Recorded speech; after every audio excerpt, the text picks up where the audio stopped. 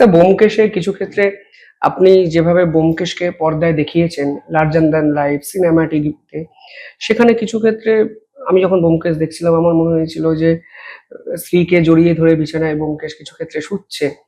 আপনার কি মনে হয় যে ব্যোমকেশের গল্পটার কোন সঙ্গে পুরুষ তার স্ত্রীর সাথে শোয় না? সেটা তাহলে শোয়, কিন্তু আমরা ব্যোমকেশ এবং ঘটনাটা ফেলুদাকে হচ্ছে, যেভাবে সেটার জন্যই আমি বললাম আপনাকে খুব সূক্ষ্মভাবে ব্যোমকেশ পড়া প্রয়োজন।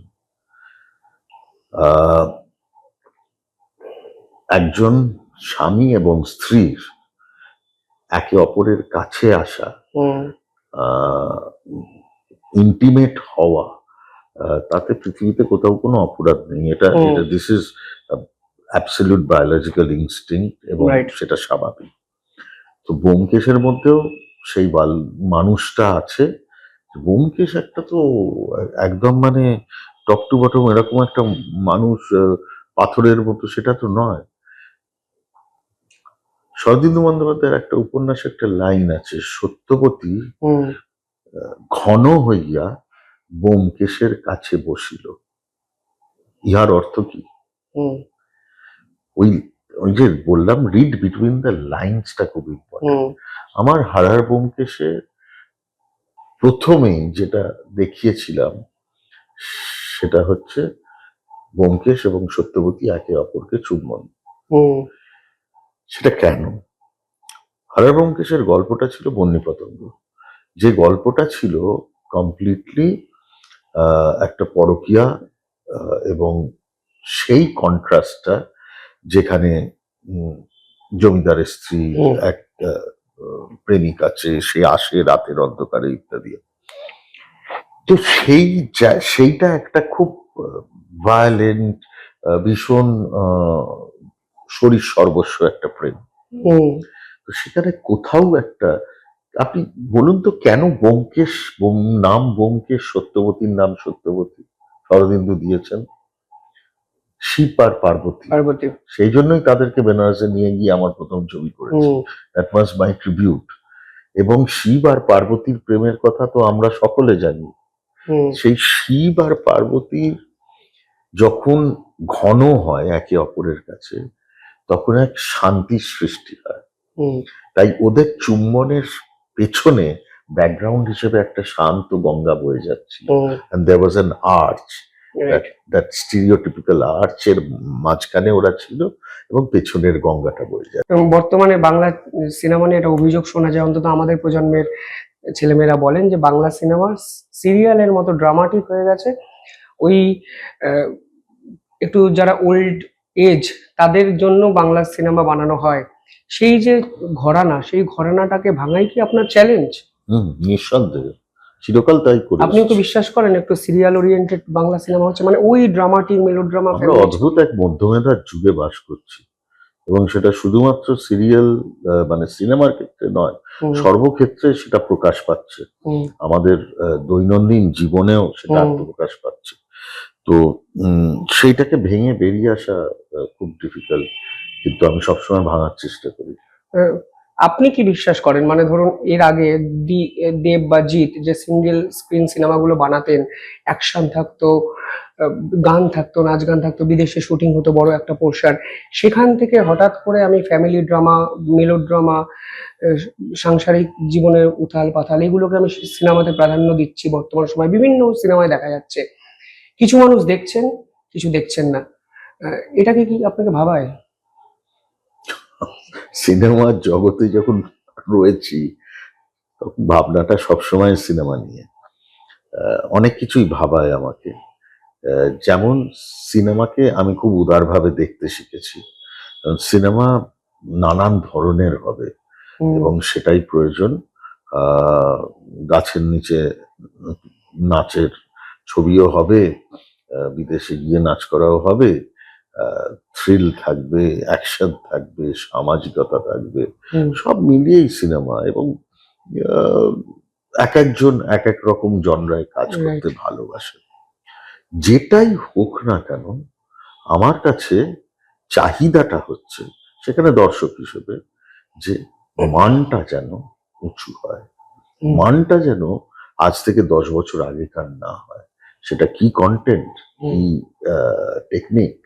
কিন্তু ভারতীয় চলচ্চিত্রের ক্ষেত্রেও আজকে ধুরন্ধর তৈরি হচ্ছে। রাইট। 4 ঘন্টার ছবি হচ্ছে, দর্শক আসন থেকে নড়ছে না, দেখছে।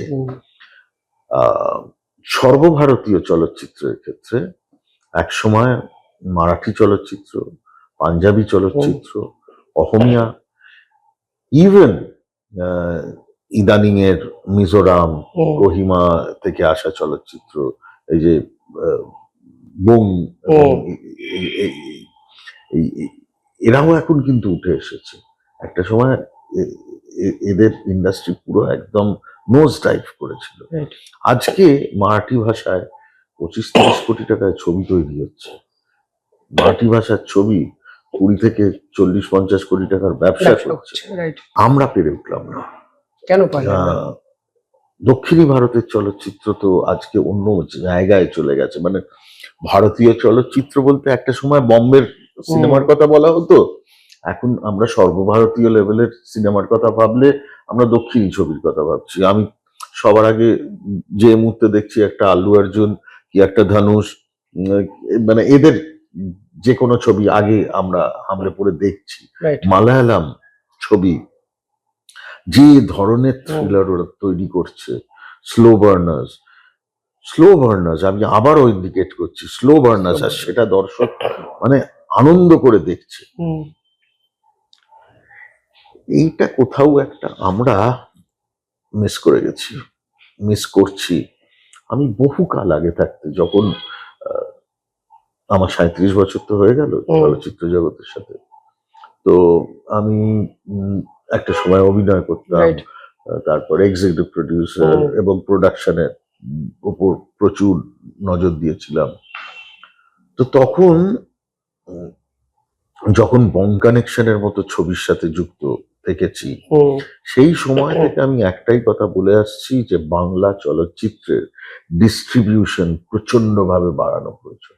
সেটা কিভাবে বাড়াবো সেটা আমরা মুখে বলি যে সারা পৃথিবীতে মানে বাংলা ভাষার মানুষ, we are fifth in the world, তাহলে তাদের কাছে পৌঁছতে পারছি না কেন পৌঁছতে পারছি না? আপনাকে কোথাও মনে হয় ডিস্ট্রিবিউশনের কথা বললেন, কন্টেন্ট যদি বিক্রয়যোগ্য না হয় ডিস্ট্রিবিউশন এমন তো কথা নয় যে কন্টেন্ট খুব খারাপ হয়েছে। ভ্যারাইটি কোথায়? ভীষণ ভালো কন্টেন্ট হয়েছে, সেই কন্টেন্ট তো পৌঁছে উঠতে পারেনি because of distribution, because of মানে দক্ষিণী ভারতের মানে খুব মার্কা মারা ছবিও যখন ওরা করছিল, কিন্তু ওরা কিন্তু পৌঁছে গেছে করতে করতে করতে করতে এমন একটা জায়গায় পৌঁছেছে যে আজকে ভোর 6টা 6:30টার ছবি হাউসফুল হচ্ছে, রাত্রির 2টোর ছবিও হাউসফুল হচ্ছে। তো এই যে জায়গাটা, the first big miss that we have done, সেটা হচ্ছে যে